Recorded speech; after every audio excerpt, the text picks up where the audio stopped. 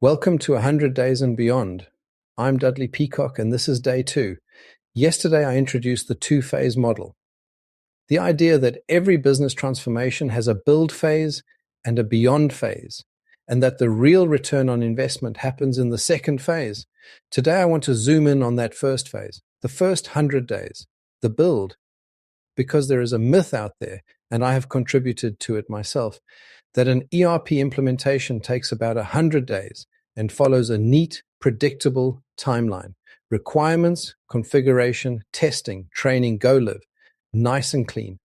13 weeks, give or take. Everyone shakes hands and moves on. That is not what actually happens. What actually happens is messier, harder, more emotional, and more valuable than any sales presentation will ever tell you.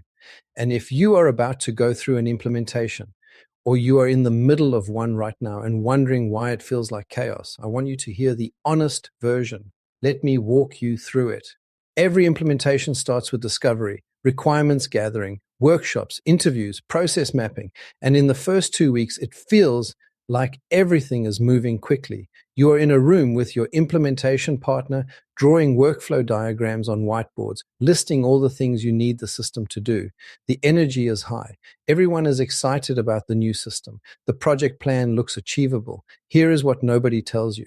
Discovery is the part of the project where you think you understand 90% of the requirements, but you have actually only uncovered about 60%. The remaining 40% is buried in institutional knowledge, in workarounds that your team has been doing for so long they have forgotten they are workarounds, in edge cases that only happen once a quarter, but are critical when they do. I implemented Sage X3 for a fencing manufacturer, high security perimeter products, complex bill of materials, project-based costing. In the discovery workshops, the operations director walked us through their entire production process. It was thorough. We mapped every step. 2 weeks, done. 3 months later, during user acceptance testing, someone in the estimating team said, "What about when we get a tender that requires a non-standard panel configuration?" Turns out there was an entire quoting process for bespoke products that happened maybe 15 times a year. It was not in any documented process. It lived in one person's head and a spreadsheet on their desktop. It was not complicated to build, but it required rework on 2 modules we thought were finished. This is what I call the "we forgot to mention" problem, and it happens on every single project. Not because anyone is being difficult, because people do not think to mention the things they do on autopilot. Your job in discovery is not just to ask what people do, it is to watch what they do, shadow them, sit at their desk and observe. The gap between what people describe and what they actually do is where the hidden complexity lives. If you're about to start an implementation, my advice is this: budget an extra week for discovery and spend that week doing observation, not workshops. You will thank me later. Weeks 3 through 6 are the build phase within the build phase. This is where your implementation partner is configuring the system, building custom workflows, setting up integrations, and turning all those workshop outputs into a working product. And this is where scope creep starts. Scope creep does not announce itself. It does not walk into the room and say, "I'm about to add 3 weeks to your project." It shows up as small, reasonable requests. Can we add one more field to the purchase order? Can the approval workflow have a third level for orders over 50,000? We just need a small report that shows stock by warehouse, by product category, by week. Each request takes a few hours. Each one seems trivial, but they accumulate. On an Odoo implementation I ran for a distribution company, we had 67 change requests in the first 6 weeks. 67. Not one of them was unreasonable. Not one of them would have been rejected if we had discussed it in discovery. But collectively, they added 4 weeks to the project timeline and required us to retest 3 modules we had already signed off. The problem is not that people ask for things. The problem is that most implementation projects do not have a clear mechanism for evaluating the cumulative impact of small changes.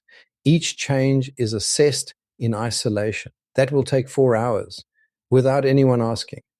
What is the total impact of the 42 small changes we have approved this month? This is why at Q&A ERP Solutions, we run a weekly change control review. Every Friday, we look at all the change requests from that week, assess the cumulative impact on timeline and budget, and make a conscious decision, absorb, defer, or rescope. It sounds bureaucratic. It is the single most important process discipline on any implementation project. Without it, you wake up in week 8 and wonder how you are already 3 weeks behind schedule. If you are going through an implementation right now and you do not have a change control process, start one this Friday. Put every request on a list. Review them together. It will save your project. This is the phase that nobody enjoys. Data migration and user acceptance testing. And I am going to be honest with you. This is where most of the stress happens. Data migration sounds straightforward. You take data from the old system and put it in the new system. In reality, it is an archaeology project. You are digging through years of accumulated data, duplicate customers, inactive product codes that are still linked to open transactions, addresses that were entered 3 different ways, currency fields with inconsistent decimal formatting, and my personal favorite, the general ledger that has been temporarily out of balance since 2019. On a SAP Business One migration I worked on early in my career, we discovered that the client had 14,000 product records, but only 6,000 were active. The other 8,000 were duplicates, legacy items, or test records that someone had created during the original implementation and never cleaned up. We could not simply ignore them because some had open stock transactions or linked purchase history. Cleaning that data took 3 weeks. 3 weeks that were not in the original project plan because nobody audits their data before an implementation. They just assume it is clean. Here is my rule. Your data is never clean. Never. Budget 2 weeks for data cleansing before you even start the migration. Assign someone from your team, and ideally someone who knows the data intimately, to work with your implementation partner on cleaning, deduplicating, and validating. This is not glamorous work. It is essential work. Then there is user acceptance testing. This is where your team sits down with the new system and tries to do their actual jobs. And this is where the emotional difficulty starts.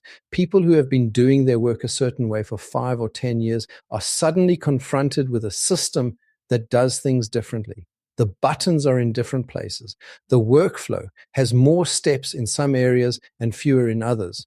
The reports look different. I have seen experienced finance managers, people with 20 years of experience, sit down at a new system during UAT and say, this does not work.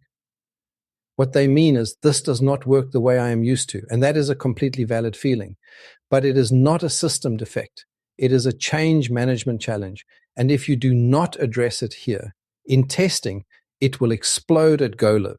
The best thing you can do during UAT is pair every tester with a support person, not to do the testing for them, but to sit next to them, answer questions in real time, and, critically, help them understand why the new process works the way it does. People accept change much more easily when they understand the reason behind it. The final stretch. Training week is when the theory becomes real. Your team is learning the system they will use every day, and the pressure is high because go live is days away. This is the scariest part of any implementation, and I am not going to pretend otherwise. Go live is the single most stressful day in a business system project.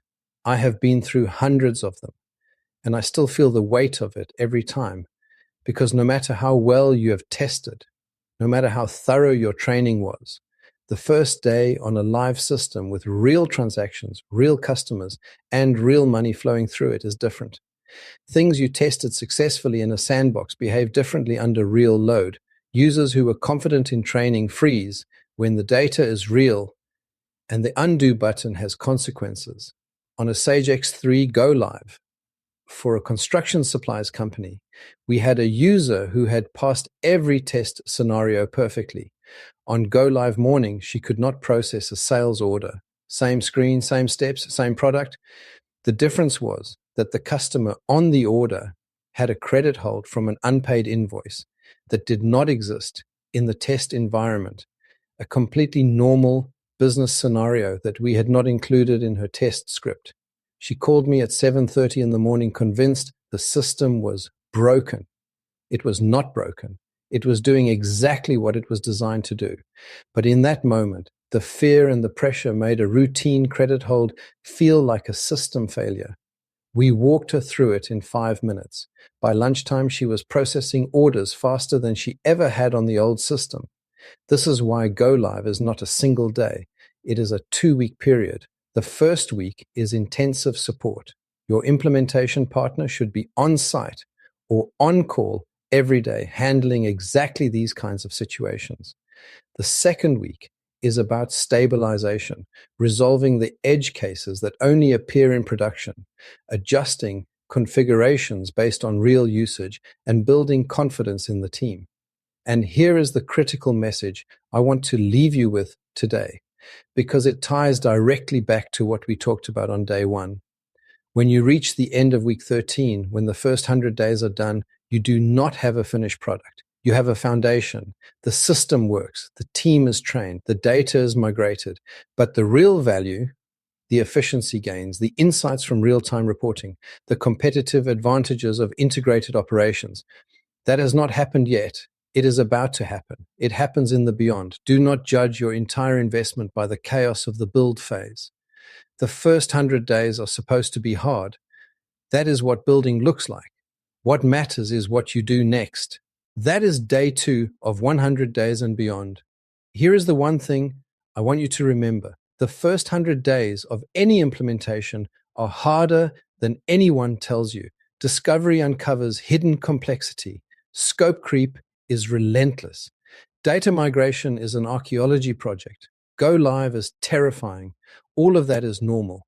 It does not mean your project is failing. It means you are building a foundation. Tomorrow on day 3, we are crossing into the beyond. I'm going to talk about what happens on day 101, where the real return on investment begins, what changes, what to focus on, and why most companies leave money on the table because they stop investing at exactly the wrong moment. If this was useful, subscribe wherever you are listening, and I will see you tomorrow. Thanks for watching.